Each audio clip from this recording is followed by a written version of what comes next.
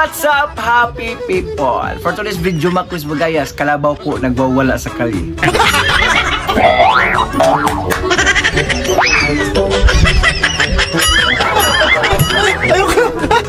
O para maintindihan po natin kung ano po talaga ang pulot dulo nito, mag-reaction po tayo pagkatapos po ng video nito. So without a further ado, let's begin.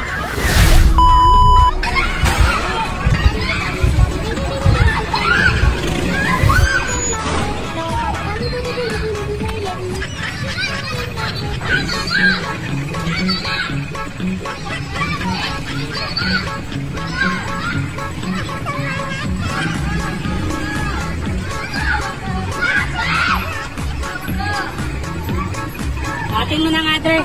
Hawatin mo.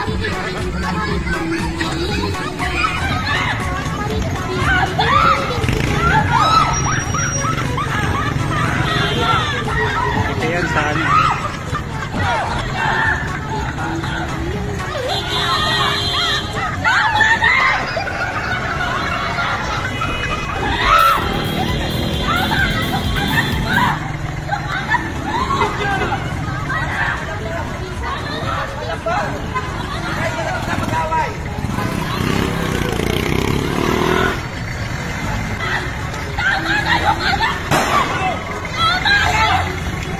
Kaya diretso na kayo.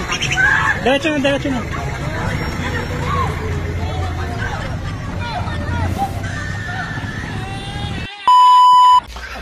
So ayun po ang ginawa ng kalabaw sa kali.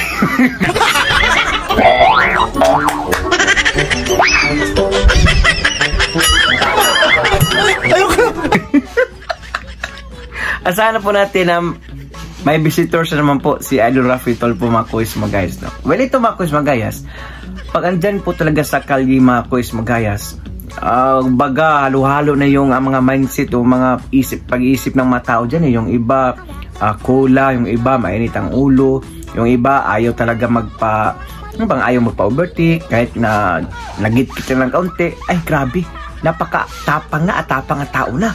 Yung bang parang siya na yung pinakahari sa daan.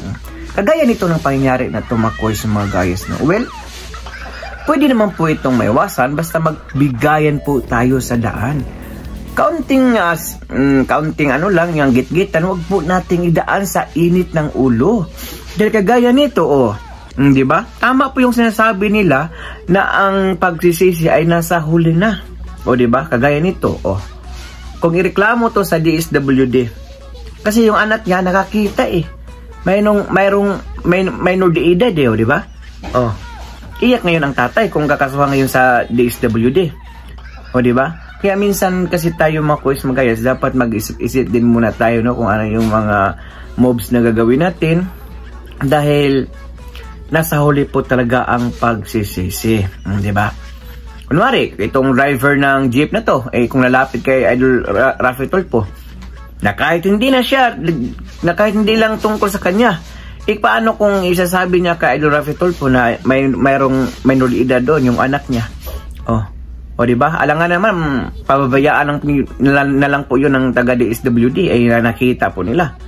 Alam niyo naman Makoys Bagayas, pagdating po sa mga kabataan, minor de edad, ay talagang malaki po talagang harapin mong kasong yan.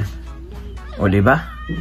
At minsan kasi Makoys Bagayas, yung atapang ng tao ba, yung tapang ng tao, alam nyo, ibang ko kung mindset na siguro to ng mga pag inaawat ka talaga, no, kunwari ganon, nag-wild ka, pag mayroon talaga ng aawat, no, yung parang yung Makoys Bagayas, no, yan, no, kagaya na mayroong umaawat, yung bang mas lalong pabida-bida ka, mas lalong tatapang ka kung may aawat. Try nyo nga, wag nyo pong awatin. Kasi kagaya niya, no, diba, inaawat, pabida-bida, patapang-tapangan. Meron din naman yung iba, ay talagang matapang rin. Yung halos po siguro, yung mga ganyan, patapang-tapangan, tapos pag nirisbakan, ayun, nga rin.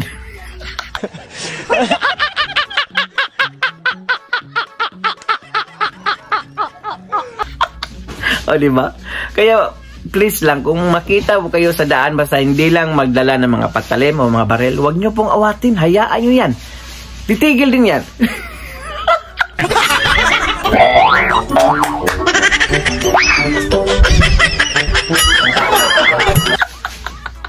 Kasi pag inaawat mo yan, mas lalong gaganahan yan eh. O, di ba? Yung adrenaline yan, mas lalong tataas. Hayaan nyo kayang huwag-awating mga taong mga ganyan. Di ba? Kusan ding, yan? Kusa ding atras yan. Kusang babalik sa kanilang mga sasakyan. O, di ba? So, ito po yung paalala natin mga kuis mga guys. Lalo na po, tayo po, isang driver din tayo mga kuis mga guys, no? Huwag po talagang dalhin o daanin sa mainit na ulo. Kung may problema kayo sa pamilya nyo, iwan nyo sa bahay nyo. Huwag nyo dalhin sa lansangan o sa daan dahil nagdudulot po yan ng hindi maganda. Kagaya po yan, nagdudulot po ng trapiko. Kita nyo naman, nahintuan lahat ng mga sasakyan dyan. Kaya minsan-minsan din mga kuis mga guys, na huwag po lahat idaan sa init ng ulo. Kalma lang, pwede naman pag-usapan. Kung konti lang naman yung problema, di ba? Ganun lang kasimple yun para ingat po tayo. Dapat po talaga pagdating dyan sa lansangan o sa daan, magbigayan po tayo sa isa't isa, sa bawat isa. Dahil yan po napakagandang halimbawa po sa ating mga sumusunod na drivers din sa lansangan mga kuis mga guys, no? Dahil kung pinapakita mo sa kanila na harsh ka, masyado kang arugante dyan sa daan, at tapang at tao ka, kung sino yung makakasunod sa'yo, gaya ng mga anak mo, mag-anak mo, yun din ang gagawin nila. Di ba? Kaya dapat po, kalma lang po. Kung may konting gitgitan o hindi pagkakaunawaan, huwag po idaan sa init ang ulo. Pag-usapan ng mabuti. Kundi talaga makaya, tumawag po kayo ng traffic enforcer or mga pulis na kaya pong mag-handle ng iyong mga problema sa bawat isa, no? Hindi yung susugod ka agad kasi atapang at tao ka. Gaya yan, hindi mo naman iniisip na mayroon ka palang anak dala-dala, o di ba? So, ang tanong ngayon, paano na kung magka-trauma yung anak mo? Yun ang problema. Kasi pag nagka-trauma ang bata, dadalhin niya yan hanggang pag laki niyan, pagtanda niyan. O di ba? Kaya minsan kasi isip-isip din pag may time. Kasi mahirap po, gaya nito. I'm sure nito 100% aabot to kay Idol Rafi Tulfo. Kaya inunahan ko na kayo. O diba? Ang nakakaawa po dito talaga yung anak, yung mga anak niya, no? Kasi atapang sobre yung tatay niya eh. O diba? Kalma naman yung driver ng jeep. Ng jeep, diba? Kaya umiwas pa nga sa away eh. Talaga yung kalabaw, atapang talagang lulusob. Di ba?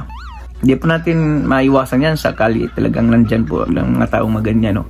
Kaya tayo lang pong iiwas po yung kagaya ni Kuya na talagang saludo sa iyo Kuya dahil naunawaan mo po yung kalakaran ng lansangan, no? Na talagang hindi mo ginamit ang init ng ulo mo, but cause umiwas ka sa mga taong toxic na kagaya niya na talagang atapang at tao.